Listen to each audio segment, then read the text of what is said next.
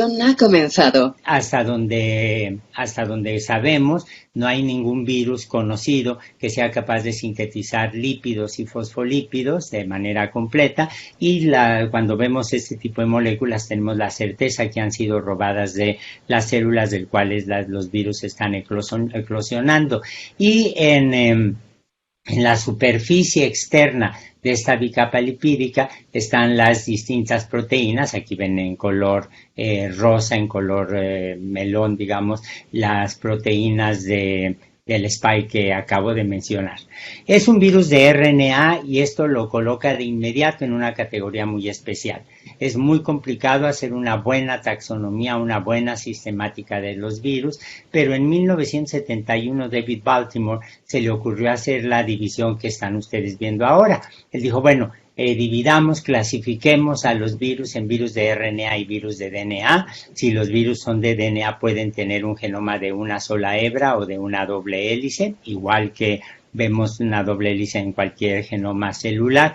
Pero cuando ven ustedes aquí la división de los virus de RNA, se dan cuenta que hay una hebra positiva, que es el caso del SARS-CoV-2, entra el RNA y inmediatamente es traducido, es un RNA mensajero. Puede haber virus de RNA que tengan como genoma una hebra negativa, y en este caso lo que ocurre es que hay una transcripción en el interior celular y el transcrito es lo que se convierte en el RNA mensajero.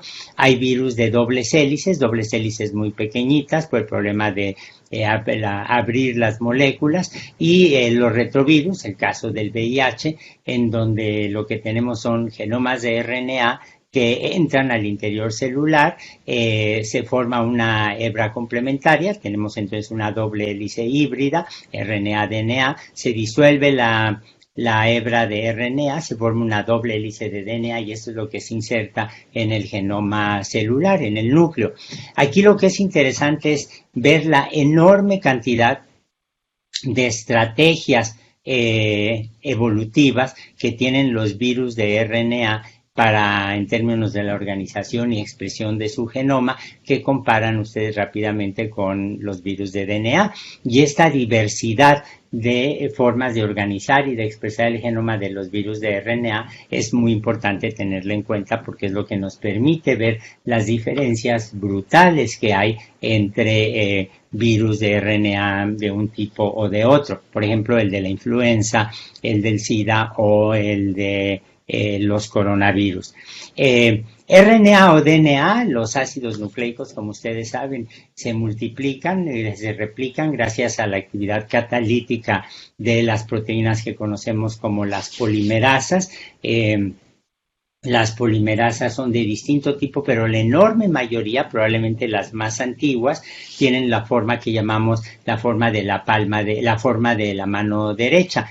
Comparado aquí, por ejemplo, un esquema de la DNA polimerasa 1 de Escherichia coli, el fragmento Klenov, comparándolo con este boceto que hizo Rodin en el siglo XIX de una mano derecha. Y decimos que en esta estructura tridimensional, decimos que esta estructura que estoy marcando ahora, estas dos alfa hélices, corresponden al dedo de la mano, estas otras alfa hélices con algunas hojas beta, con varios conectores, corresponden a los dedos de la mano, y estas dos estructuras son las involucradas en el reconocimiento del molde, RNA o DNA, y del sustrato, ribonucleótidos o desoxirribonucleótidos. Y la palma de la mano, que está aquí marcada en verde, es en realidad la parte más antigua de las polimerasas. Esto lo propuse hace unos 15 años, una cosa así, con dos estudiantes que ya se dedicaron a otra cosa. Esta es la parte catalítica, es aquí donde se forman los enlaces 3', 5', y es una región que conocemos con bastante detalle. Bien, esto es una polimerasa de DNA, esto es una DNA polimerasa DNA dependiente. La especificidad de las polimerasas en modo alguno es absoluta. Pueden estar leyendo DNA o RNA y estar polimerizando ribo o desoxirribonucleótidos, dependiendo de la concentración del substrato, dependiendo de la concentración del molde o dependiendo de la presencia o no de distintos cationes metálicos. Por ejemplo, si nosotros ponemos en lugar de magnesio un exceso de manganeso, muy fácilmente se cambia la especificidad de la polimerasa. Hay experimentos espléndidos hechos, sobre todo los más detallados que yo conozco vienen de Miriam Riquetti y Henri Buch del Instituto Pasteur, que bueno, son experimentos clásicos que demuestran que la especificidad no es absoluta. Y esta falta de especificidad absoluta en realidad la podemos explicar cuando comparamos las polimerasas en general. Aquí ven ustedes la RNA polimerasa del virus de la hepatitis C, otra vez en la estructura terciaria. Ven aquí en azul el pulgar, ven aquí en este color rosa viejo los dedos y en el color verde la palma de la mano, otra vez la forma de una mano derecha. Y aquí comparan desafortunadamente con colores distintos la DNA polimerasa 1 de Escherichia coli. Ven el pulgar, en ambos casos está de forma azul. Aquí los dedos están de color verde. Es un problema del dibujo, no es un problema de la estructura terciaria. Y en color amarillo ven la parte catalítica, la palma de la mano. Aquí en color verde la palma de la mano. Y ven una región adicional en rojo, que es lo que corresponde a la exonucleasa, es decir, a una enzima con actividad editora. De esto voy a hablar un poco más adelante. Pero en el caso de los virus de RNA, ningún virus, salvo los coronavirus, lo vamos a ver en detalle un poquitín más adelante, tienen este dominio de exonucleasa. Y esto lo que hace es que cuando yo tenga una RNA polimerasa de un virus de RNA, el virus esté polimerizando, pero polimeriza con errores. Polimeriza con errores porque, como todos ustedes saben, las bases pueden estar de la forma cetoenol o aminoimina, y esto produce un problema de reconocimiento por parte de la polimerasa. La polimerasa no tiene una especificidad absoluta y cuando la polimerasa está replicando un ácido nucleico se pueden introducir errores. Mientras mayor sea el genoma que se está leyendo, y eso es lo que tengo aquí en el eje de las X, mayor será la proporción de mutaciones de errores que se introducen. Es decir, mientras más grande es un genoma, mayor número de mutaciones se van a acumular al replicarse. La proporción de errores es más o menos lineal, una curva con pendiente de 1, más o menos lineal, pero eso significa que si tengo un genoma muy grande, se van a acumular muchísimos errores. Se pierde, por lo tanto, la identidad del genoma que estoy replicando. ¿Por qué es importante esto en términos epidemiológicos? Porque tengo una gran diversidad en las poblaciones de virus de RNA.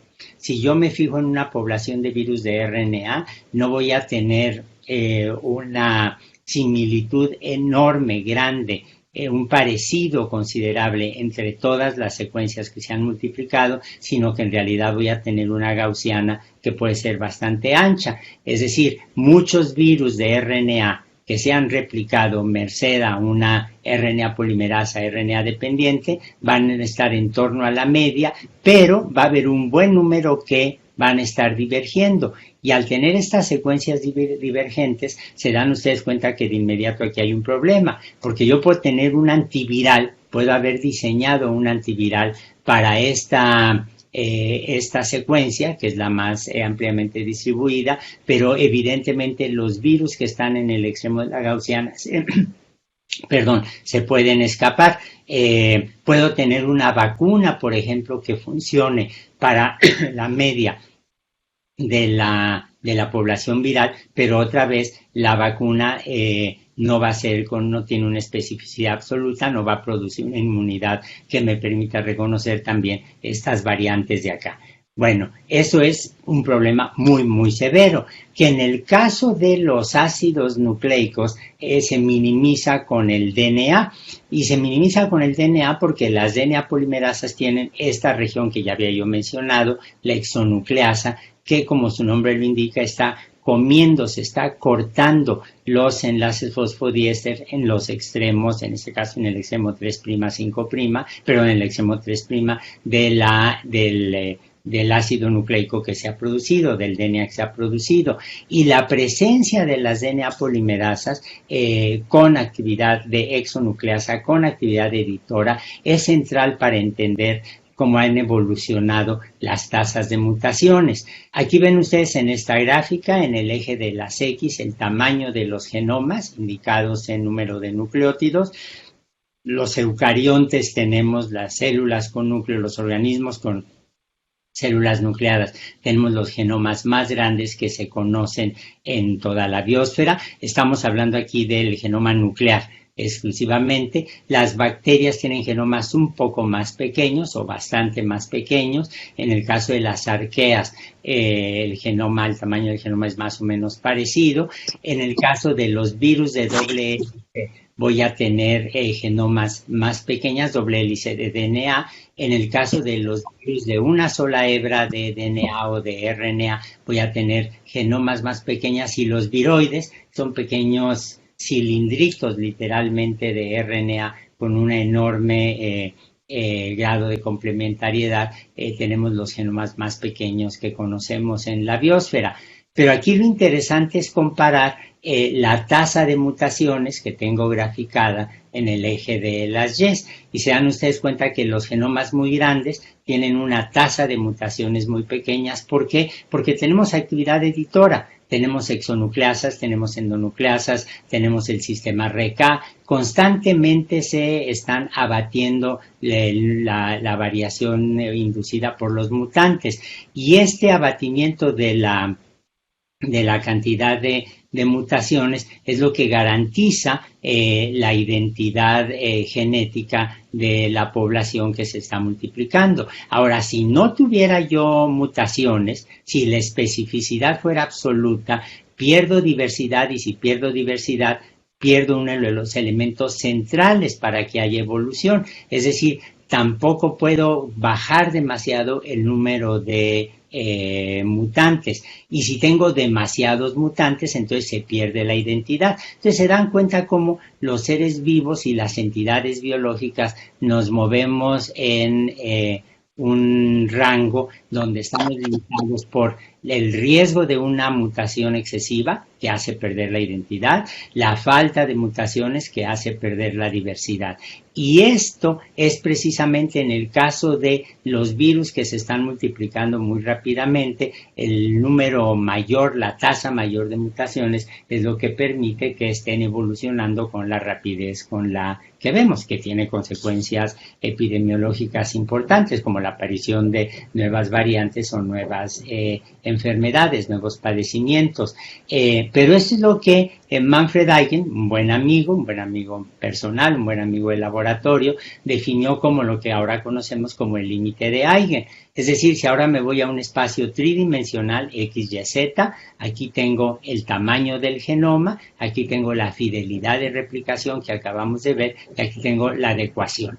El genoma sí es un genoma pequeño, si no tiene mecanismos que garanticen la fidelidad, va a permanecer con un cierto nivel de fidelidad en la transmisión de la información genética. Si se convierte en un genoma muy grande y la fidelidad es muy baja, entonces tengo un colapso, lo que está aquí indicado como el barranco de Eigen. Él nunca usó este término, pero es muy claro. Tengo un colapso en la adecuación de la población, lo cual significa, se dan ustedes cuenta, que los genomas de RNA se están moviendo en un rango muy limitado que está restringiendo sus posibilidades evolutivas a medias. Y vamos a ver cómo lo hacen. La respuesta evolutiva de los virus de RNA ante el límite de Eigen es múltiple. Hay la existencia de genomas pequeños, la superposición de genes, la segmentación de genomas y el secuestro de enzimas editoras. Vamos a ver primero el caso de los genomas pequeños. Y está perfectamente ejemplificado en esta tabla que he modificado, en esta gráfica que he modificado a propósito. Tapé la parte superior, van a entender un poco más adelante por qué lo hice. Bien, aquí tenemos entonces el número de ribonucleótidos que tiene un genoma viral, un genoma de RNA. Y aquí lo que tengo graficado son, en el eje de las Y, es el número creciente del tamaño del genoma para distintos virus. Y se dan ustedes cuenta que los genomas de virus de RNA en general suelen ser pequeñitos. Van entre 3.500 y unos 12.000 ribonucleótidos. En general no tienen más. Es decir, los virus de RNA en términos generales están codificando para pocas proteínas y esto lo que significa es que tienen una capacidad codificadora pequeña, se multiplican con rapidez, esta es una ventaja de tener un genoma pequeñito, pero se percatan ustedes que aquí están eludiendo el límite de Eigen. Si son muy grandes, acumulo muchas mutaciones, gano diversidad, pero pierdo identidad. Entonces, esta es una estrategia muy clara. Vamos a ver la otra respuesta evolutiva, que es la superposición de genes, que es lo que yo llamo el efecto Matrioshka. Todos ustedes han visto estas muñecas rusas donde hay una muñeca más pequeña que cabe adentro de una más grande, adentro de otra más grande, etcétera. Y es lo que vemos, por ejemplo, en algunos retrovirus. Aquí ven ustedes una filogenia de retrovirus, parientes del VIH. Aquí ven en un delta retrovirus, una de las familias que tenemos, ancestral, que tiene esta secuencia grande, pero en el virus de la leucemia de bovinos o en HTLV, que está asociado con algunas formas de leucemia, se dan ustedes cuenta que el fenómeno que se ha dado es que adentro de la secuencia que codifica para la proteína TAX, tengo una secuencia codificada más pequeña que es la proteína REX y puedo tener casos, por ejemplo, que están reportados en ese trabajo de Pavesi et al. Hace ya unos 7, 8 años. Se dan ustedes cuenta cómo pueden estar codificándose parte de otra proteína. De manera que el secreto es meter un gen adentro de otro gen y de esta manera, aunque el tamaño del genoma global no se incremente, lo que estamos viendo es si aumenta el número de proteínas codificadas por un genoma pequeño. Esta es la estrategia de genes superpuestos. Hay una tercera estrategia que es lo que podemos llamar como la segmentación del genoma. Es una forma de eludir el límite de Eigen y lo vemos muy claramente en el caso del virus de la influenza. Aquí ven ustedes el virus de la influenza en general. Tiene 8 fragmentos de RNA, es decir, el genoma de RNA está fragmentado, pero el conjunto total de virus de influenza tiene muchas variantes y habrá, por ejemplo, otros virus de la influenza que tengan segmentos con secuencias distintas que codifiquen para otras proteínas. Puede haber intercambio de estas secuencias y aquí ven, por ejemplo, un virus en donde hay 6 secuencias de la cepa original más 2 secuencias, 2 fragmentos de RNA que vienen de otra cepa diferente. Bueno, esto es lo que nos obliga a estarnos vacunando cada año porque están apareciendo, por este fenómeno de intercambio que es muy, muy intenso, están apareciendo nuevas variantes. Es como estar jugando un juego de dominó. Creo que son 28 fichas las que tiene el juego de dominó. Imagínense que estamos jugando con, en realidad, 3, 4, 5 o 6 juegos distintos y entonces voy a tener piezas que vienen de distinto lado. O ustedes que están en Baja California saben que cuando van a Estados Unidos tienen que estar separando las monedas mexicanas de las monedas estadounidenses porque pues se van a estar mezclando. Es exactamente lo que pasa aquí. Otra manera, otro ejemplo de esa estrategia de genomas segmentados los vemos con los Jingmen virus, que son relativamente recientes en términos de su descubrimiento, y aquí ven ustedes en 3 cápsides distintas representadas en 2 tonos de azul, un fragmento de el RNA1, el RNA2, aquí el RNA3 y 4, y para que se dé la infección exitosa es en puntos desde el punto de vista viral, se necesita que el vector infecte todos los pedacitos de del virus, todas las distintas cápsides con los distintos fragmentos. Esto que nos parece muy extraño, en realidad no lo es. Piensen en el caso de nosotros mismos. Nuestro genoma total es lo que tenemos en el núcleo más lo que tenemos en la mitocondria, de manera que esta estrategia de segmentación de genomas es más frecuente, o de genomas repartidos, es más frecuente en la biología de lo que solemos imaginar. Bueno, vamos al último caso, que es precisamente el de los coronavirus, que es el secuestro de enzimas editoras. Y el secuestro de enzimas editoras lo pueden ver ustedes aquí con una claridad absoluta. Ven de color gris el genoma de un coronavirus que se está multiplicando. Aquí ven el replisoma, es decir, toda esta estructura supramolecular que está multiplicando, como se multiplica cualquier genoma en la biosfera, con ayuda de la polimerasa, que está marcada aquí en rojo, tiene la forma típica de mano derecha que he señalado. Ven distintos cofactores proteínicos en tonos verdes, distintos tonos de verde, en tono naranja, pero también ven ustedes aquí una proteína de color azul borbón, la NSP14, que corresponde precisamente a una enzima editora, a una exonucleasa, que tiene un cofactor que es NPC10, la proteína Non-Structural Protein número 10, es a lo que se refiere. Pero se dan ustedes cuenta que la presencia de la exonucleasa pegada, no covalentemente, pegada a la polimerasa, es lo que va garantizando que aunque la RNA polimerasa, RNA dependiente, comete errores, la exonucleasa los está corrigiendo. ¿Y eso en qué se traduce? En que estamos viendo, atestiguando una estrategia que le permite a los coronavirus tener genomas muy grandes sin perder la identidad del todo. Y ahora sí, vamos a la tabla completa, la gráfica completa que había yo modificado. Aquí ven ustedes de nueva cuenta, ya lo vimos, el tamaño del genoma, y en el caso del coronavirus, por ejemplo, el SARS-CoV-2, tenemos un genoma de casi 30.000 ribonucleótidos, que es enorme si ustedes comparan con los genomas típicos de RNA. ¿Cómo logran este tamaño tan grande sin perder la identidad genética? Porque tienen una exonucleasa. Hay genomas más grandes de coronavirus. Un coronavirus aparentemente es un coronavirus que infecta a las planarias, el invertebrado este pequeñito que todos conocemos, pero aquí es un genoma muy raro.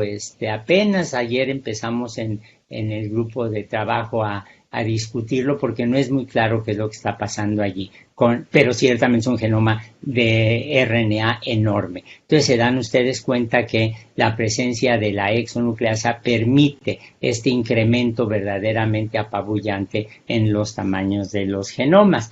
Y la pregunta natural es, ¿cuál es el origen de esa exonucleasa de los coronavirus? Pues que juega un papel tan crítico en la evolución del tamaño y en las bajas tasas de mutación de los coronavirus. Bueno, regresemos a la exonucleasa del ADN polimerasa 1. Aquí ven ustedes otra vez, ya estamos familiarizados todos. Ven aquí el pulgar, ven los dedos, ven la palma de la mano y ven aquí sí pegada covalentemente, ven la exonucleasa 3'5', que lo que hace es editar.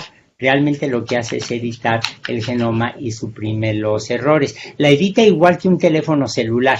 Ahora los adolescentes pueden escribir abajo con B chica y con G en lugar de con J, y enseguida el programa del teléfono celular lo va a corregir y entonces abajo les aparece perfectamente bien escrito. Esto es exactamente lo mismo que hace la exonucleasa en el caso de las DNA polimerasas 1. Conocemos muy bien la estructura terciaria de las exonucleasas, de distintas exonucleasas, y hace pues más de un año, en agosto del año pasado, antes de que empezara la pandemia, entró al laboratorio un estudiante muy brillante, muy trabajador, Adrián Cruz González, un estudiante de licenciatura, y comenzó a hacer la tesis con Rodrigo Jácome, un investigador de laboratorio que hizo la tesis de doctorado conmigo, precisamente haciendo comparaciones filogenéticas de las estructuras terciarias. Y entonces, bueno, rápidamente Adrián y Rodrigo comenzaron a ver las estructuras terciarias de las exonucleasas y se dieron cuenta que las exonucleasas tenían tres grandes motivos conservados. En esa época no conocíamos el SARS-CoV-2, conocíamos el SARS-CoV-1, si lo quieren ver así, que es lo que están viendo aquí en el centro del dibujo, y se dieron cuenta de inmediato que las estructuras terciarias de Homo sapiens, de Mus musculus, de C. elegans, de Mycobacterium tuberculosis eran homólogas, y como la tesis de doctorado de Rodrigo Jácome me permitió hacer una filogenia con estructuras terciarias, aplicaron la metodología a este caso, y entonces aquí pueden ver ustedes un árbol evolutivo de distintas exonucleasas basados en estructuras terciarias. Aquí está la DNA polimerasa 1 de Escherichia coli, en color rojo su exonucleasa, y lo que el árbol me indica, estas son distintas estructuras terciarias de exonucleasas, lo que el árbol me indica es que ha habido un robo polifilético, que en varias ocasiones los virus se han robado la exonucleasa. El primer caso es el de un fago de DNA de Escherichia coli, que tiene una exonucleasa que lee DNA, corrige DNA, y este es un robo donde simplemente se tomó la exonucleasa y ya. Estos robos son muy frecuentes. Ustedes saben que los virus en realidad están todo el tiempo tomando genes, a veces los llevan de célula en célula, a veces se quedan con ellos, pero aquí ven un virus de DNA que tiene una exonucleasa de DNA que evita el DNA, no hay ningún problema. Pero aquí en esta rama lo que estamos viendo son arenavirus, que son virus de RNA que tienen también, se robaron también esa exonucleasa, pero aquí cambió la especificidad. Es una RNA, es una exonucleasa que edita RNA, y en este caso corta los RNAs que permitirían que hubiera una respuesta inmune de los hospederos, y juegan un papel inmunológico esencialmente. Y pueden ver aquí la exonucleasa del SARS-CoV-1, y aquí entraría sin ninguna duda, no se los puedo mostrar, no tengo el árbol, la exonucleasa del SARS-CoV-2, muy cercana a Mycobacterium tuberculosis. No entendemos muy bien por qué está tan cercana a Mycobacterium tuberculosis, pero acuérdense que esta infecta mamíferos como nosotros mismos, como los ratones, etcétera, están en la misma rama, y en este caso se está leyendo RNA y editando RNA. De manera que ha habido dos cambios de especificidad en el caso de los arenavirus y en el caso de los coronavirus, que están corrigiendo los errores al multiplicar genomas de RNA. Hemos comenzado a estudiar con mucho cuidado las estructuras terciarias disponibles, gracias a un grupo de colegas chinos. Tienen estructuras terciarias de la exonucleasa, de los virus, de los coronavirus. Ya lo que de inmediato salta a la vista es que tienen zinc, tienen un zinc que juega aparentemente un papel estructural. Aquí hay un dedo de zinc y aquí hay otro segundo dedo de zinc que está colocado muy cerca del sitio catalítico de la exonucleasa. Pero si nosotros nos fijamos, las exonucleasas celulares no tienen dedos de zinc. Entonces, cuando los virus se robaron la exonucleasa, en realidad adquirieron también polifiléticamente, de eso estamos cada vez más claros, las secuencias que permiten captar zinc, y estos zinc no son zinc catalíticos, desde luego que no son zinc que estén involucrados en reacciones de oxidorreducción, porque ya ven que tienen todos los electrones delta completos. El zinc no interviene en reacciones de oxidorreducción, es claramente estructural, puede ser catálisis funcional estructural. pero el punto básico es que aquí lo que estamos viendo es que cuando empezaron a diversificarse los coronavirus, y aquí ven el árbol con las alfa coronavirus, las familias de subfamilias de beta coronavirus, gamma, delta coronavirus, hubo en este momento de la diversificación el robo del zinc. Es decir, la adquisición del zinc, la adquisición de dedos de zinc. ¿Por qué nos llama tanto la atención? Porque si logramos encontrar una manera de sustituir este zinc, de evitarlo, evidentemente lo que vamos a tener nosotros es la pérdida de la función del exonucleasa y por lo tanto la pérdida de un componente esencial en la replicación de los coronavirus. Bueno, entonces lo que uno puede decir es que la enorme expansión del genoma de los coronavirus se puede explicar gracias a la presencia de la actividad editora de una exonucleasa. De hecho, al tener un genoma más grandote y al examinar el genoma de los coronavirus, el 70% de las secuencias son parte del aparato replicativo. Eso no nos sorprende. Los virus lo que son es básicamente estructuras, entidades biológicas que se multiplican. Entonces es comprensible que el 70% de las secuencias tenga ese componente tan grande. Pero también implica que hay un 30% de secuencias adicionales codificadas en el genoma que hacen que sea más compleja la biología del virus. Y hay que decir que hay componentes de los coronavirus cuya función aún no conocemos. Hay mucho que investigar allí. Pero también la presencia de exonucleasa implica que los coronavirus son más estables genéticamente. Es decir, la diversidad de sus poblaciones es baja comparada con la de otros virus de RNA. ¿Qué tan baja? Bueno, se publicó un trabajo donde se analizó esto con mucho detalle, el trabajo de Dearlove et al. Se publicó en los Proceedings hace unos meses. Ellos analizaron 20,000 secuencias genómicas de SARS-CoV-2 que están disponibles en las bases de datos públicas. Ustedes pueden acceder a ellos sin problema. Ayer me decía el doctor Campillo que hay 160,000 secuencias completas. No sé si todas están curadas, están editadas de la misma manera, pero ciertamente están allí. Y como uno tiene las secuencias, uno puede decir que el SARS-CoV-2 acumula en promedio 2 mutaciones por mes y que la diversidad genómica que exhiben es muy, muy limitada. En promedio hay 7 sustituciones de nucleótidos entre genomas. Es decir, si yo comparo el virus que infectó a una niña de 12 años en La Paz con el virus que infectó a un paciente de 80 en Beijing, lo que yo voy a tener es en promedio 7 nucleótidos distintos. Son extraordinariamente parecidos. Lo que implica que la diversidad genética de las poblaciones de los virus de RNA típicos, como ya lo vimos, es mucho mayor que la de SARS-CoV-2. Las poblaciones de SARS-CoV-2 son muy poco diversas. Y si son muy poco diversas, se dan cuenta que esto es el talón de Aquiles, para usar la expresión de algunos autores, el talón de Aquiles del SARS-CoV-2. Porque aquí, por ejemplo, yo puedo tener un antiviral diseñado y los virus de RNA de los extremos pueden escapar a la acción de ese antiviral. En el SARS-CoV-2, como la población es muy homogénea, el medicamento o la vacuna o la combinación de medicamentos que yo diseñe contra el SARS-CoV-2 puede ser letal para toda la población sin ninguna dificultad.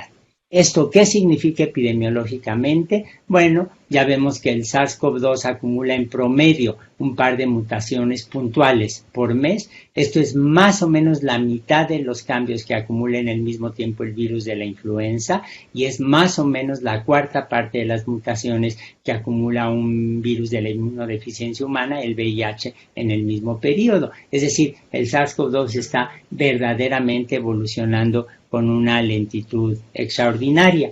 Bien, muchas gracias.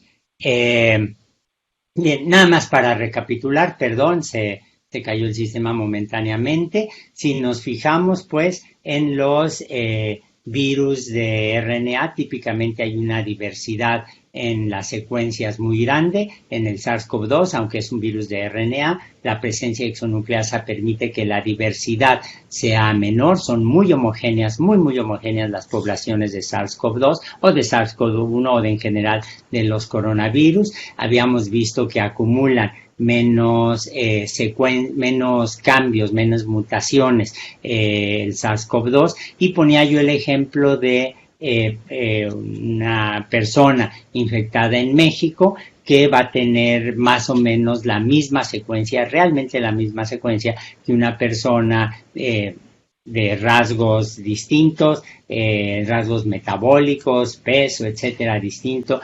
infectada en China o en Islandia. Bien, esto tiene consecuencias muy importantes en términos de salud pública, porque ustedes saben que hay personas que, como decía yo antes de que perdiéramos la conexión, que están infectadas por por SARS-CoV-2, que tienen COVID-19 y ni siquiera se dan cuenta que lo padecieron. Pero hay personas que sufren una forma muy fuerte de la enfermedad y que incluso pueden fallecer. En México llevamos cuando menos 90,000 personas que han fallecido por COVID-19. La pregunta es ¿por qué?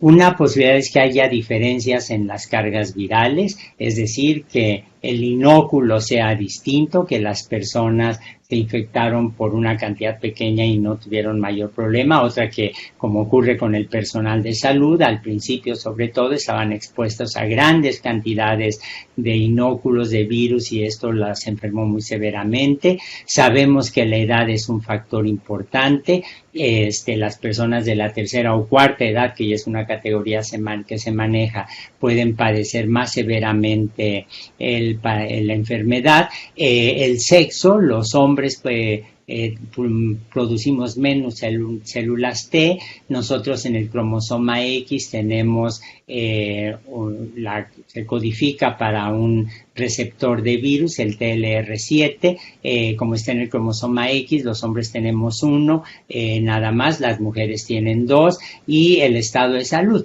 una persona que tenga obesidad mórbida, que sea diabético, que fume, que tenga cardiopatías, evidentemente va a ser más susceptible al COVID-19.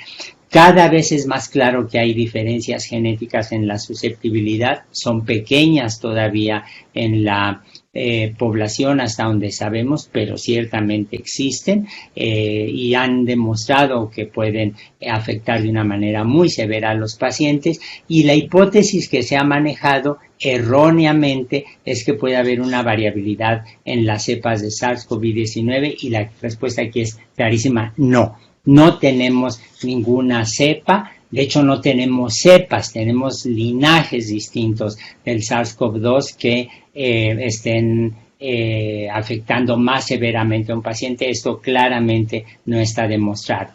Bien, esta homogeneidad genética en las poblaciones de los virus tiene consecuencias muy importantes en términos del diseño de las vacunas. Miren, en esta gráfica lo que estamos viendo es la distancia promedio en términos de secuencia que hay entre dos de las proteínas que están en la envoltura de los virus. Es decir, aquí ven ustedes para el virus de la hepatitis C, para el virus del SIDA, para el HIV1, para el virus de la influenza A, ven esferas que me están diciendo que las diferencias en las secuencias de las proteínas de la envoltura, las involucradas en el reconocimiento, son muy grandes. Y de hecho, no solamente son muy grandes, sino que de hecho no tenemos vacuna para el virus de la hepatitis C, pero tenemos un tratamiento espléndido. No tenemos vacuna para HIV, pero ahora tenemos moléculas que son profilácticos, antirretrovirales que son profilácticos, y para el virus de la influenza tenemos una vacuna que tiene una eficiencia de un 40% más o menos. Tenemos muy buenas vacunas para las paperas, para el virus de la hepatitis B y para el sarampión, y estas Estas vacunas funcionan porque aquí la diversidad genética que hay, reflejada otra vez en la diferencia de aminoácidos de las proteínas de la parte externa del virus, es muy reducida. Y para los coronavirus no tenemos ninguna vacuna. Para el caso del SARS-CoV-2, que es el que estamos pensando, la diversidad es minúscula, realmente minúscula. No tenemos vacuna, pero es realmente minúscula. ¿Por qué es tan minúscula? Vamos a ver. Si una persona está infectada por VIH, o la persona A y la persona B están infectadas por VIH también, lo que yo voy a tener es que entre estos dos pacientes el virus se va a estar multiplicando lentamente, ciertamente, si la persona no ha manifestado la enfermedad todavía, pero el virus se está multiplicando con errores, de tal suerte que la población de virus que tiene el paciente B es distinta a la población de virus de SIDA que tiene el paciente A. Se trata de una infección crónica, mientras que en el caso de el SARS-CoV-2 no produce una infección crónica, produce lo que los médicos, mis amigos médicos me dicen, una infección aguda. Se manifiesta de inmediato la infección, la población no diverge y entonces claro que esto lo que significa es que el virus no ha tenido oportunidad para acumular tantas mutaciones, por un lado, y por otro lado es un virus de aparición muy reciente, o sea, realmente es un virus que si lo quieren ver así, no ha tenido el tiempo para multiplicarse enormemente.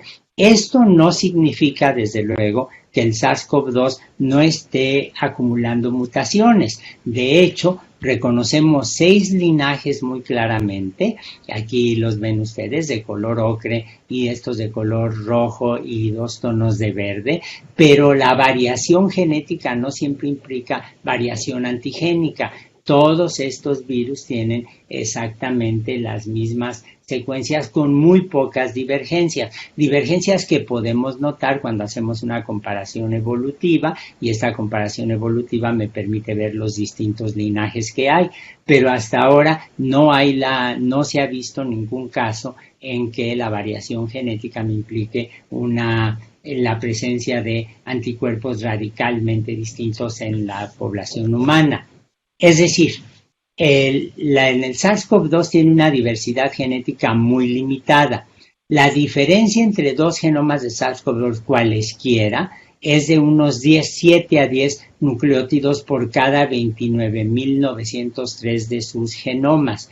Únicamente se han detectado polimorfismos en 11 sitios en menos del 5% de las secuencias. Aquí está al revés el signo de menos. Y todas las mutaciones que estamos viendo se pueden explicar por deriva, por evolución neutral. Hay una mutación que está muy extendida en el aminoácido 614 del spike, que en donde hubo una sustitución de un aspartico por una glicina. Este es un aminoácido muy, muy hidrofílico, ácido. Este es un aminoácido que no es nada hidrofílico, que destruye, le gusta desbaratar alfa hélices, etcétera. Pero aquí probablemente está muy distribuida por efecto fundador. Vamos a ver exactamente de qué estoy hablando.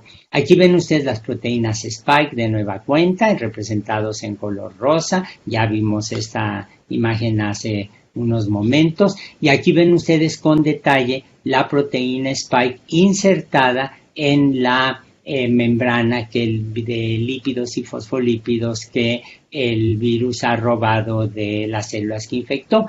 Aquí ven ustedes la estructura terciaria espléndida de la proteína, pero aquí ven la proteína adornada con los azúcares, porque no se olviden que son glicoproteínas. Entonces se dan ustedes cuenta que en realidad es mucho más compleja la proteína cuando pensamos en ella.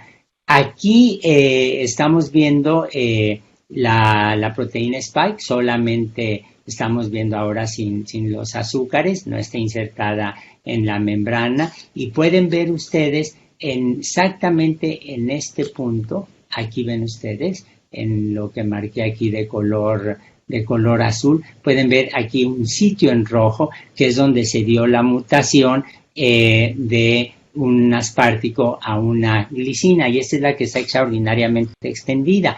Pueden ver ustedes cómo, de hecho, esta mutación se ha ido extendiendo en el mundo, pero el que se esté extendiendo no quiere decir que se extiende porque es más agresiva, no está claro si se extiende porque es mucho más infectiva, y no está claro que tenga una ventaja adaptativa. Aquí lo que estamos viendo es sencillamente, pues, muchos pensamos que es efecto fundador, que se ha dado esa expansión, porque además donde está esa mutación no es una zona que juegue un papel central en el reconocimiento del receptor AC2, hasta ahora hasta donde sabemos, ni de la neuropilina 1, y los epítopes en realidad no están involucrando esa zona. Ya estamos viendo una gráfica, vamos a ver las gráficas en el caso mexicano. Aquí desafortunadamente no salió la fecha, pero esta es la gráfica que presentaron las autoridades de salud de México el 22 de septiembre, hace un mes, digamos, de este año, y es una gráfica donde intentan resumir los casos positivos, los sospechosos, los negativos. La parte negra de aquí abajo, la curva negra, corresponde a las defunciones, y las autoridades de salud en México han insistido, me parece que irresponsablemente, no solamente en que tenemos la pandemia controlada, sino que además va decreciendo. Eso no es cierto. Claramente no es cierto. Ha habido un desaseo enorme en el manejo de los datos. Hace unos meses entrevistaron a un médico, el médico Alumía, lo entrevistó un periodista del País y le preguntó, le pidió los datos, los parámetros del modelo epidemiológico que están usando, y con un cinismo que me dejó atónito, el doctor Alumía declaró, está en el periódico, que no podía proporcionar los datos porque eran propiedad intelectual del CONACYT, cosa que es verdaderamente insólito que alguien se atreva a decir algo. Pero, ¿qué pasa cuando vemos la gráfica en detalle? Bueno, por supuesto que el virus está mutando y por supuesto que estas mutaciones se propagan en el espacio y en el tiempo, aunque ya vimos que la tasa de mutación es baja. La estabilidad genética del SARS-CoV-2 es tal que el virus se propaga con mayor rapidez que con la que muta, es decir, el virus se está propagando con una rapidez extraordinaria, no solo en México, en todo el mundo, y esa rapidez de propagación es mucho mayor que la rapidez de mutación. Los cambios en las curvas de contagio y decesos no se pueden explicar a partir de la biología del SARS-CoV-2. Personalmente creo que se pueden explicar como resultado de la falta de transparencia, del desaseo y de una política absolutamente errada que los críticos hemos insistido no se debería estar siguiendo en el caso mexicano. Bueno, ¿cuáles son las perspectivas? Ustedes saben que en biología no hace uno predicciones, en biología evolutiva no se pueden hacer predicciones, la fijación de las mutaciones es multifactorial, pero lo que sabemos nos permite, sin embargo, ya decir algunas cosas con certeza. Que gracias a la estabilidad genómica del SARS-CoV-2 podemos predecir que no va a haber niveles altos de variabilidad viral en las poblaciones infectadas. Esto tiene dos consecuencias importantes. Que una vacuna, cuando dispongamos de ella, va a servir para todas las variantes. Es decir, no nos tenemos que preocupar por la existencia de vacunas polivalentes.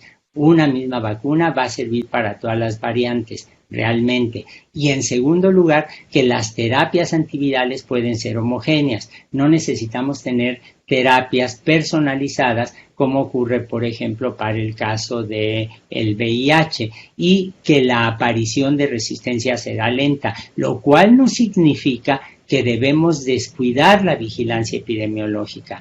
Tenemos que estar tomando muestras, comparando las secuencias. La gente del Instituto de Biotecnología de la UNAM lo está haciendo con mucha acuciosidad, pero en principio la aparición de resistencia será lenta. Otra vez es una infección aguda, muy rápidamente no tenemos antivirales eficientes todavía, y una vez que los tengamos va a ser ciertamente lenta la aparición, pero insisto, esto no significa que debamos descuidar la vigilancia epidemiológica respectiva. Y significa también con todo el terror, con todo el daño, con todo lo lastimada que están las sociedades, las familias, los individuos por este padecimiento, yo creo que hay un cierto dejo de optimismo y desde luego la genómica del virus nos puede dar un cierto aliento al respecto.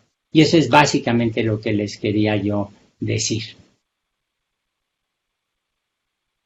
Muchas gracias, doctor Lascano. Definitivamente muy interesante y pues muy ad hoc a lo que nos está ocurriendo actualmente, ¿no? Tenemos una serie de preguntas y pues podemos dar pie a ellas. Entre ellas tenemos a la doctora Patricia Hernández, que le gustaría hacer una pregunta. Por favor, sí. Adelante, doctora Hernández.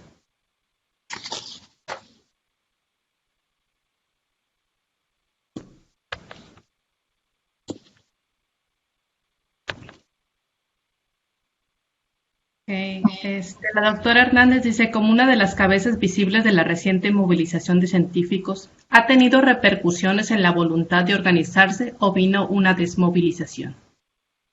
Bueno, yo diría que si uno se asoma a revisar lo que está ocurriendo en todas las instituciones de investigación y de educación superior en el país, en todos lados, tenemos investigadores, grupos de investigadores, alumnos que con una generosidad tremenda están trabajando, desarrollando pruebas más rápidas, más baratos, buscando vacunas, buscando terapias, en esa parte técnica, pero en otra parte que también es absolutamente central, las consecuencias sociales, políticas, económicas de la pandemia están siendo analizadas con mucha acuciosidad por la comunidad académica, se están proponiendo alternativas y eso demuestra el compromiso de la comunidad académica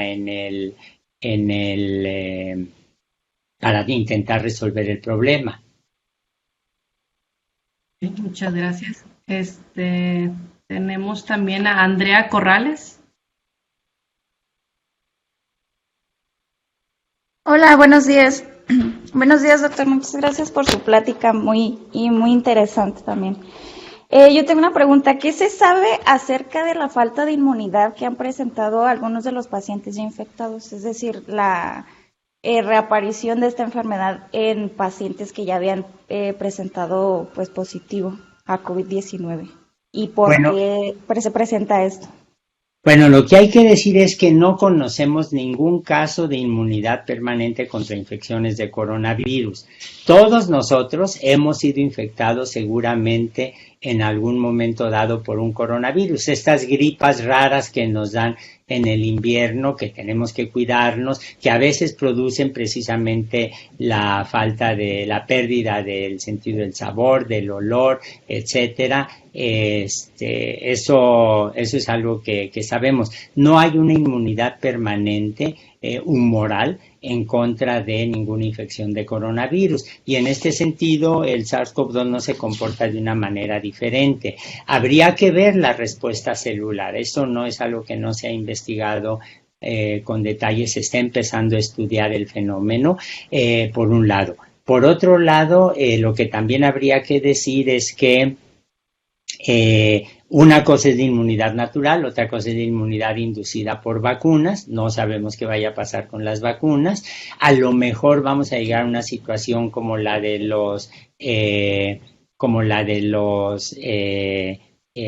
la influenza, en que cada año nos tendremos que vacunar cuando se disponga de una vacuna, por un lado, y por otro lado, el punto que también es central es que el número de casos de reinfecciones, que ciertamente debe estar subestimado, pero el número de casos de reinfecciones es mucho menor del número de personas infectadas. Entonces es una situación alentadora, ¿no?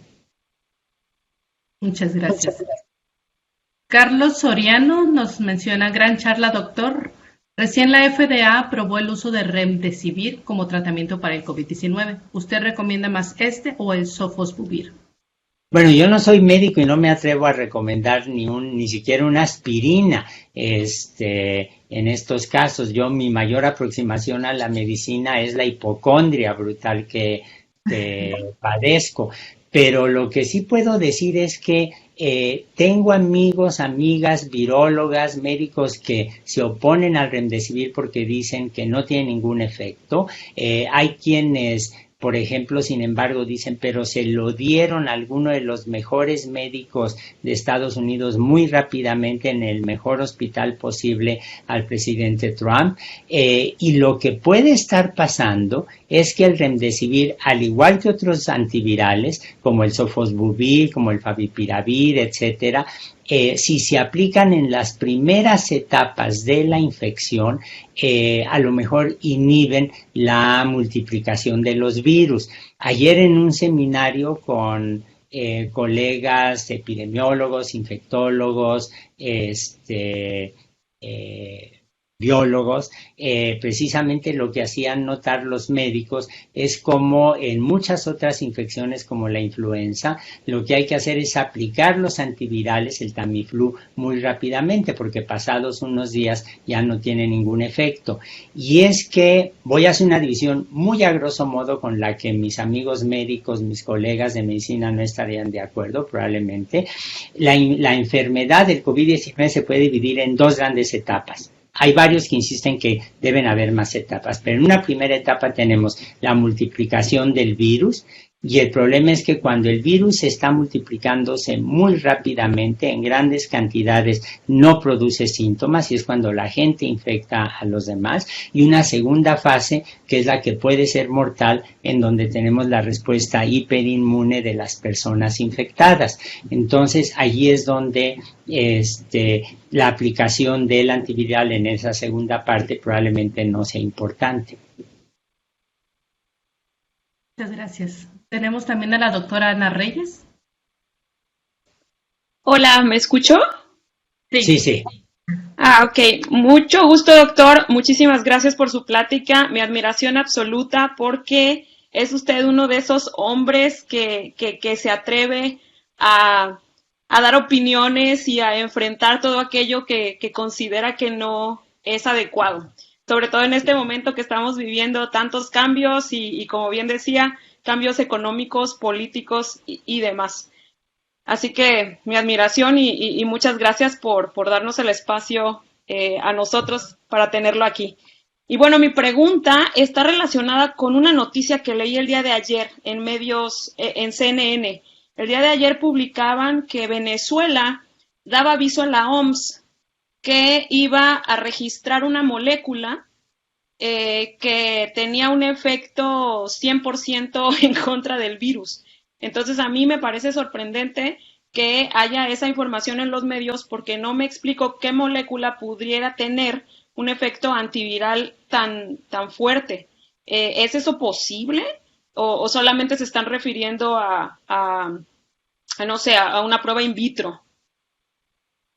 Muchas gracias, doctora Reyes, por sus comentarios. A ver, es poco lo que puede uno decir del anuncio venezolano, porque no se han publicado los artículos de investigación en donde se ven los efectos de la molécula. Es una molécula aromática. Yo creo que la gran lección que debemos tener presente es que nunca vamos a tener una bala mágica, como dicen los inmunólogos, que resuelva la enfermedad de golpe y porrazo.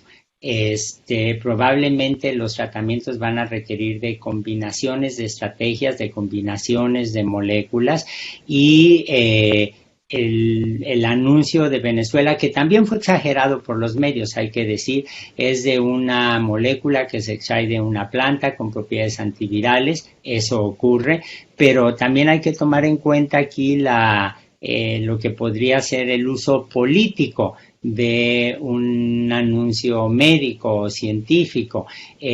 Lo vemos claramente con el señor Putin, con una vacuna que se promovió antes de que se completaran las pruebas de la fase 3. Lo vemos en el caso de el presidente Trump, en donde anunciaba con bombo y platillo que iba a estar una vacuna disponible antes de las elecciones para ganar adeptos políticos, desde luego. Lo vemos en el caso mexicano, en donde el presidente del país dice que tenemos la la pandemia conquistada, vencida, y lo vemos en el caso del anuncio rimbombante del presidente Maduro. Yo creo que en realidad los científicos deberían ser oídos como ocurre con la señora Merkel, con la primer ministra de Nueva Zelanda, deberían ser oídos más, atendidos más antes de hacer estos anuncios que lo que hacen es confundir a la gente.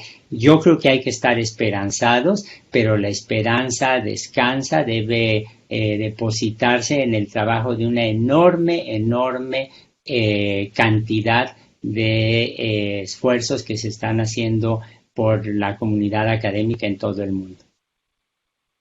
Muchísimas gracias. A sus órdenes, gracias. Ana pregunta por aquí, bueno, otra Ana.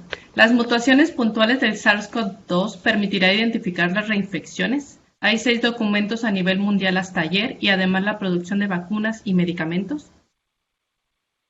No entendí la primera parte de la pregunta, perdón. Que si las mutaciones puntuales del SARS-CoV-2 permitirá identificar las reinfecciones. Sí, por supuesto, sí, esa es muy buena pregunta. De hecho, el primer caso bien documentado de una reinfección se dio en Hong Kong, en donde los colegas chinos lo que hicieron fue practicarle una prueba a una persona que llegaba de España. Esa persona, ese paciente, no sé si era hombre o mujer, pero esa persona ya había padecido COVID-19, se tenía las muestras, la secuencia del virus, compararon las dos secuencias y las mutaciones permitieron darse cuenta que efectivamente era un virus distinto, lo cual no significa que era un virus distinto que tenía capacidades más agresivas para infectar. Insisto, hasta ahora no se ha encontrado, y se busca constantemente, diariamente, no se ha encontrado ningún linaje viral que sea más agresivo que otros. Eso es alentador. Sí, absolutamente. La doctora Liliana Rojo hace un comentario. Doctor Lascano, su plática me hace reflexionar sobre la extraordinaria oportunidad que nos ofrece esta pandemia para estudiar la biología evolutiva de virus. Esto gracias a las tecnologías y la capacidad técnica disponibles. Gracias por dar lugar a la reflexión. Es muy amable. Hay que decir que, las pandemias son fenómenos médicos, ante todo, son fenómenos con un componente social brutal. Lo vemos en México, en donde los grupos menos privilegiados, los grupos indígenas, son los que tienen mayor tasa de mortandad, son los que están sufriendo más las consecuencias económicas, sociales de la pandemia. Lo vemos en el caso de las mujeres, en donde las agresiones, la violencia contra las mujeres y las niñas se ha ido para arriba. Vemos las consecuencias económicas. El país tiene está registrando una falta de empleo, de recursos brutales, pero también son un fenómeno evolutivo. Son un fenómeno evolutivo porque lo que estamos atestiguando es la aparición de un patógeno nuevo que se está multiplicando con mucha eficiencia en una población que nunca lo había percibido, y en ese sentido la lección es muy clara. Tenemos que trabajar la comunidad médica, los economistas, los sociólogos, la gente que hace biología evolutiva, y esa es la única manera en que podemos enfrentar problemas como estos. Definitivamente. Tenemos también la participación del doctor García Carreño. Por favor, doctor.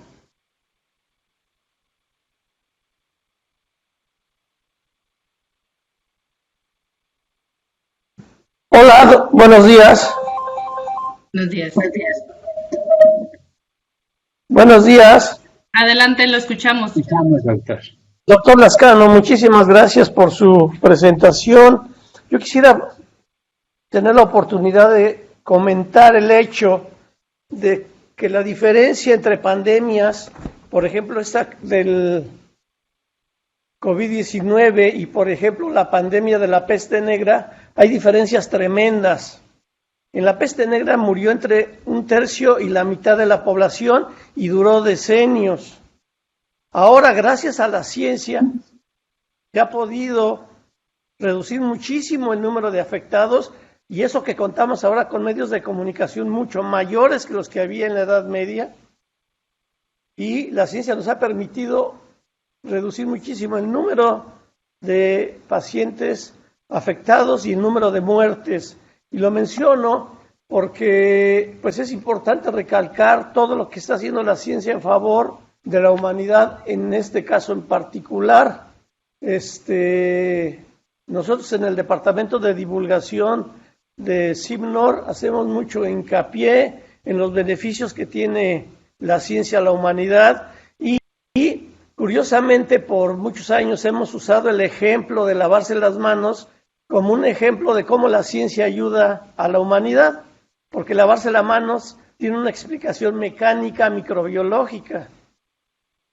Y pues lo que están haciendo ahora todos los que están estudiando a la enfermedad del COVID, pues está llevando a que la humanidad sea muchísimo menos afectada y sí se espera que haya visos de resolución en mucho menor tiempo que en otros casos. Muchas gracias por su presentación. Muchísimas gracias, doctor García, es muy generoso. Sí, yo estoy absolutamente convencido que la ciencia es un componente esencial para resolver el problema que estamos enfrentando. El problema es cuando uno ve el desdén, por ejemplo, que el gobierno mexicano tiene a la ciencia. Hay que recordar la manera en que el presidente mismo de la República se refería a los investigadores, a la comunidad científica, como un grupo de privilegiados ajenos a la realidad, cuando, como usted mismo acaba de decir, se llevan años haciendo labores de divulgación, por una parte, y por otro lado, es bueno comparar y además la pérdida de los fideicomisos, la reducción de becas, la concentración del poder en manos de la Dirección General del CONACYT, que es exactamente como no funciona la ciencia. Si compara uno la situación mexicana con la situación, por ejemplo, en Alemania, donde tienen allí sí, un rebrote muy fuerte, uno lo que ve es que la clase política, tanto de izquierda como de derecha, todo el espectro político le ha prestado una enorme atención a la comunidad científica, y la comunidad científica se comunica y arraiga, se enraiza en las sociedades gracias a la divulgación, gracias a los efectos prácticos de la investigación, por una parte, y por otro lado, lo que yo creo que también es importante decir es que sí, hay un consenso mundial en el papel de las ciencias para atender este tipo de problemas, pero yo lo extendería para decir el papel del mundo académico, porque cuando uno habla de ciencia hay que pensar en investigación que incluye a biólogas, a matemáticas, que incluye epidemiólogos, etcétera, pero también no podríamos entender lo que está pasando sin el caso de la gente que hace sociología, que hace... Muchísimas gracias, doctor.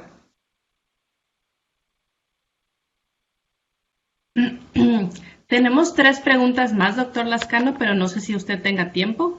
Sí, cómo no. Ok. A lo mejor no tengo respuesta, pero... Pues yo veo que tiene respuesta a todo, doctor. Dice Alan, buenos días, doctor. Gracias por la conferencia. Felicidades. ¿Qué considera que juega un papel más importante, la genética del virus o la inmunogenética del hospedero? Yo creo que en el momento actual la inmunogenética del hospedero. Y hay ejemplos concretos. El primer caso que a mí me llamó muchísimo la atención, puede haber otros, pero el primero que me llamó mucho la atención fue el de 2 parejas de hermanos holandeses. No estaban relacionados entre sí, venían de familias totalmente separadas, de muchas generaciones atrás, y los 4 hermanos sufrieron un ataque severísimo, las 2 parejas de hermanos de COVID-19. Uno de ellos lamentablemente falleció. Se hicieron los análisis genéticos y los 4, efectivamente las 4 personas tenían modificaciones en el receptor TLR7. Ahora sabemos, por ejemplo, que hay en el cromosoma 3 hay una asociación clara entre la sensibilidad a a las infecciones virales y una región asociada al cromosoma 3 y de hecho también otra que está asociada, no me acuerdo cuál cromosoma es, donde están los tipos sanguíneos, se codifica para los grupos sanguíneos. A ver, ahora, esto no significa que estemos condenados por la genética. Genéticamente yo soy tipo A de sangre y si me cuido pues no tengo ningún problema, ¿no? Pero ahí sí creo que tenemos la demostración de que tenemos un componente genético en la respuesta de la población humana. Gracias. Cristian Machuca dice, muchas gracias, doctor, por compartir esta excelente presentación. ¿La inmunidad entrenada podría ser una opción para evitar infección de COVID-19? A ver, no sé bien a bien qué significa el término inmunidad entrenada.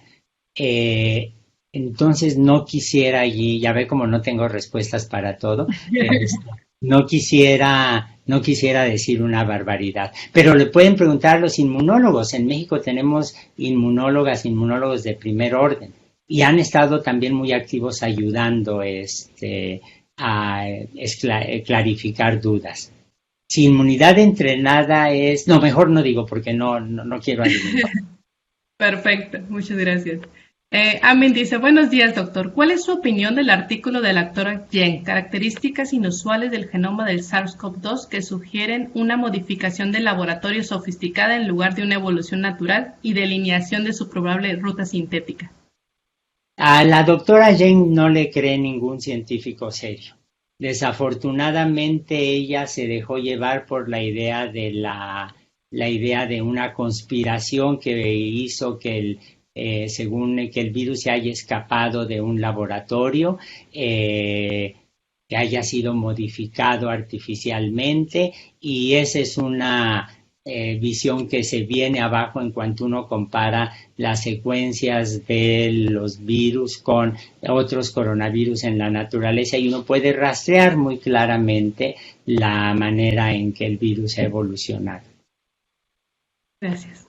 Ella misma, perdón, doctor, dice, sé que no es epidemiólogo, pero quería saber si usted considera el coronavirus como pandemia o sindemia.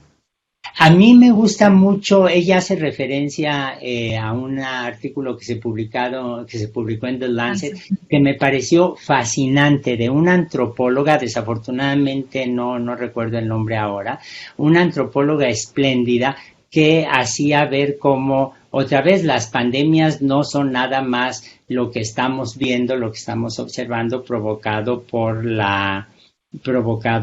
un virus, por un agente patógeno, sino que hay otros factores que pueden ser biológicos, sociales, intelectuales, etcétera. Sí, yo creo que el término correcto es sindemia. Debo confesar que uso el término pandemia con mucho cuidado y que no me atrevería a mencionar el término sindemia, pero coincido plenamente con ese artículo, me pareció fascinante, ¿no? Y es esta idea de que las pandemias en realidad, ya sea la peste negra en la Edad Media, ya sea la influenza de 1918, ya sea ahora, van asociadas con muchísimos otros fenómenos biológicos, médicos, sociales, etcétera. Yo recuerdo haber leído un ensayo de un investigador francés que comentaba el libro del año de la plaga de Daniel Defoe. Daniel Defoe es muy famoso. Yo creo que toda la gente que se dedica a ciencias del mar y demás lo ha leído. Es el autor de Robinson Crusoe. Pero él escribió un libro deslumbrante que se llama El año de la plaga, a partir de lo que le contaban los familiares, los que habían sobrevivido la plaga, y como decía este comentarista francés, uno lee el libro y le dan ganas de decirle al autor, lávese las manos, dígale a la gente que se lave las manos, dígale a la gente que mate las ratas, dígale a la gente, porque es esa desesperación de la conciencia de muchos factores adicionales que están contribuyendo a que se desarrolle una pandemia, ¿no? Claro que sí. La estudiante Zoe Pelletier dice, muy interesante la plática, doctor. En la plática mencionó las vacunas para el sarampión. En Francia, una de las estrategias de elaboración de vacuna contra el COVID se basa en la modificación de la vacuna contra el sarampión. ¿Cuáles serían las características comunes en las que se basan para esta estrategia de desarrollo de vacuna? Bueno, la lógica, tenemos distintas estrategias para diseñar vacunas, eso me lo han explicado mis amigas, que en México básicamente son mujeres las que trabajan en vacunas y me lo han explicado muy, muy claramente. En el caso de las vacunas para el sarampión, sé que, bueno, se trata de un virus de RNA, es un virus que se dispersa muy rápidamente. Supongo que de allí lo que hacen es tomar la molécula que produce una gran reacción inmunológica para utilizarlo para diseñar las vacunas. Ahora, involucradas en el diseño de la vacuna francesa está el Instituto Pasteur y como dicen los franceses, je suis un ancien élève del Instituto Pasteur, ¿no? Soy un egresado del Instituto Pasteur, no como alumno, sino como profesor, porque he estado allí en varias ocasiones y les tengo una confianza enorme. Es un grupo de investigadores de primer orden. Muchas gracias. Y las últimas dos, lo prometo.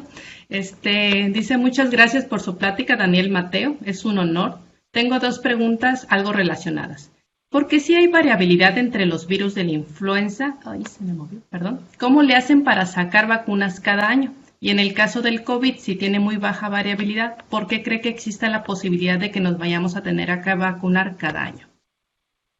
A ver, en el caso del virus de la influenza tenemos esta evolución sobre todo por intercambio de fragmentos.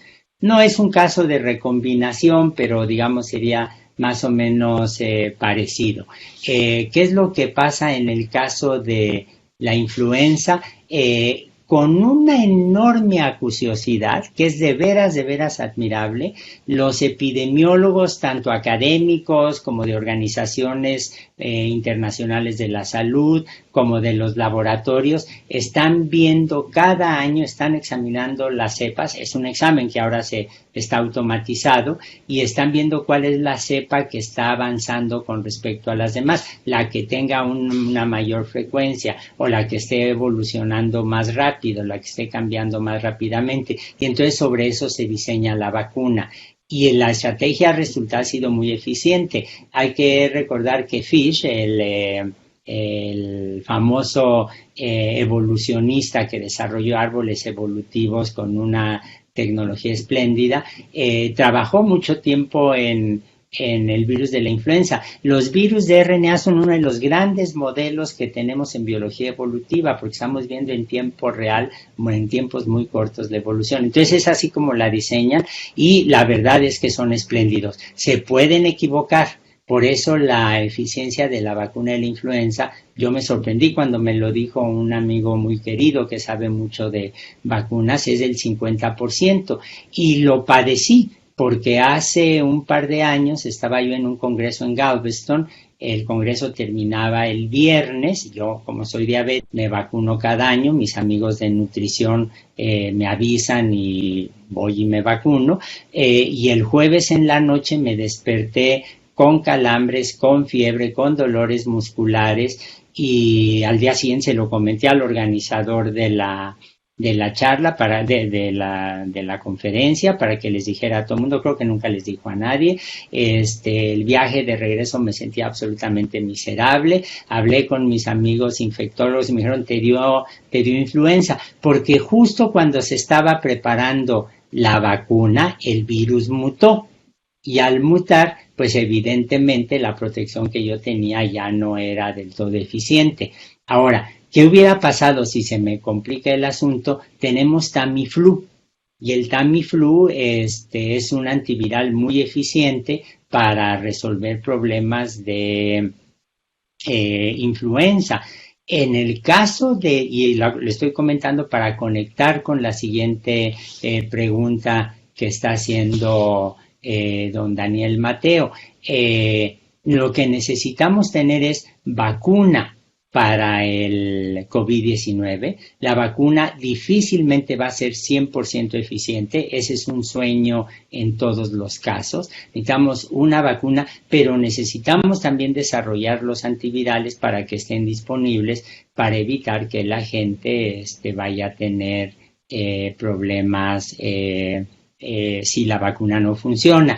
Y a propósito, estoy viendo que el doctor Campillo muy generosamente, un colega, un amigo del laboratorio, pasó el artículo de Emily Medenhall, que es esta mujer espléndida, creo que estudió antropología y medicina, creo que estudió las dos cosas, que trata precisamente sobre las sindemias. Así es, doctor. Pues esa era nuestra última pregunta. Pues obviamente muchos coincidimos, es que agradecemos su tiempo, su presencia y su conocimiento, que lo comparta con todos nosotros. Y ojalá que tengamos la oportunidad nuevamente de contar con su presencia.